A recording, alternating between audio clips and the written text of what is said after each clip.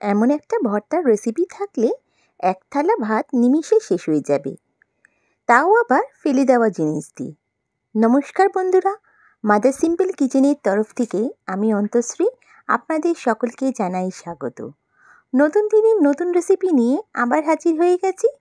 আজকে আমাদের রেসিপি আলু পটলের খোসা দিয়ে একটা ভর্তা। এই ভর্তাটা এত টেস্টি হয় কি বলবো। আর ইউজুয়ালি আমরা আলু পটলের খোসা তো ফেলেই দিই, বলুন বন্ধুরা, কিন্তু এই ফেলা জিনিস দিয়ে যদি এত সুন্দর একটা খাবার হয় তাহলে কি ক্ষতি বলুন। এর জন্য আমার দরকার খোসা। হ্যাঁ বন্ধুরা, এখানে আমি আলু আর পটলের খোসা ভালো করে ধুয়ে নিয়েছি, নুন জলে চুবিয়ে রেখেছিলাম, তারপরে ভালো করে ধুয়ে নিয়েছি, একদম পরিষ্কার করে ধুয়ে নিয়েছি। এবার একটা মিক্সিং জারে আমি এই খোসাগুলো সব দিয়ে দিচ্ছি। বেশ অনেকটা পরিমাণে খোসা দিয়েছি আমি। একটা কাঁচা লঙ্কা দিচ্ছি, আপনারা আপনাদের ঝাল অনুযায়ী লঙ্কা দেবেন। আর এখানে 15-16টার মতন রসুনের কোয়া আছে, বেশ বড় কোয়া।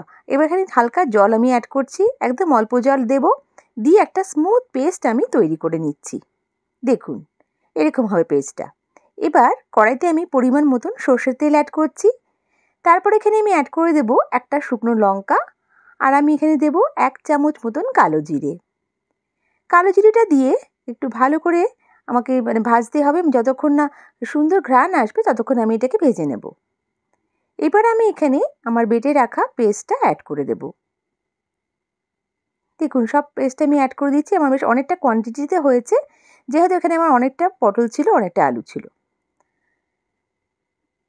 দেখুন ভালো করে একটু আমি কষিয়ে নিচ্ছি। ফেলে দেওয়া উপকরণ দিয়ে যে এত সুন্দর একটা রেসিপি হয়, না খেলে বুঝতেই পারবেন না বন্ধুরা। দেখুন এবার আমি এখানে 1 চামচ মতন হলুদের গুঁড়ো অ্যাড করছি, দিয়ে একটু হালকা নাড়িয়ে চাড়িয়ে নিলাম।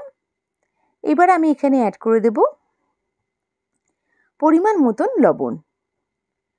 একটু বুঝে অ্যাড করবেন, যেহেতু কোয়ান্টিটিটা কমে যাবে তাই জন্য একটু পরিমাণটা বুঝে অ্যাড করবেন। আর এখানে আমি অ্যাড করে দেবো 2 চামচ মতন চিনি। চিনিটা এখানে একটু অ্যাড করা দরকার, ভালো লাগবে ভর্তা রেসিপিটাতে। তবে আপনারা যদি ঝালঝালি পছন্দ করেন তাহলে এটা অ্যাভয়েড করতে পারেন, তবে এই রেসিপিটাতে একটু মিষ্টি দিলে ভালো লাগে। দেখুন একটু ভালো করে একটু কষিয়ে নিচ্ছি।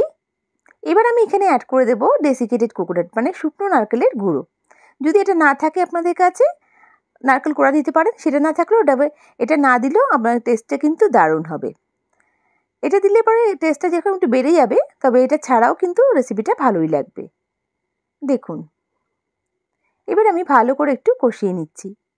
একদম ঝটপট রেসিপি, একদম ঘরোয়া উপকরণ দিয়ে, ফেলে দেওয়া উপকরণ দিয়ে একটা সুন্দর রেসিপি হয়ে গেল। আমার রেসিপিটা ভালো লেগে থাকলে লাইক করে, শেয়ার করে, সাবস্ক্রাইব করে আমার পাশে থেকে যাবেন। দেখুন আমি এটাকে সার্ভ করে দিচ্ছি। গরম ভাতের সঙ্গে জাস্ট জমে যাবে এই রেসিপিটি। বন্ধুরা, আমার রেসিপিটা কেমন লাগলো আমায় কমেন্ট করে নিশ্চয়ই জানাবেন। নেক্সট রেসিপি নিয়ে আবার হাজির হয়ে যাব। সবাই ভালো থাকবেন, সুস্থ থাকবেন। বাই। Thank you.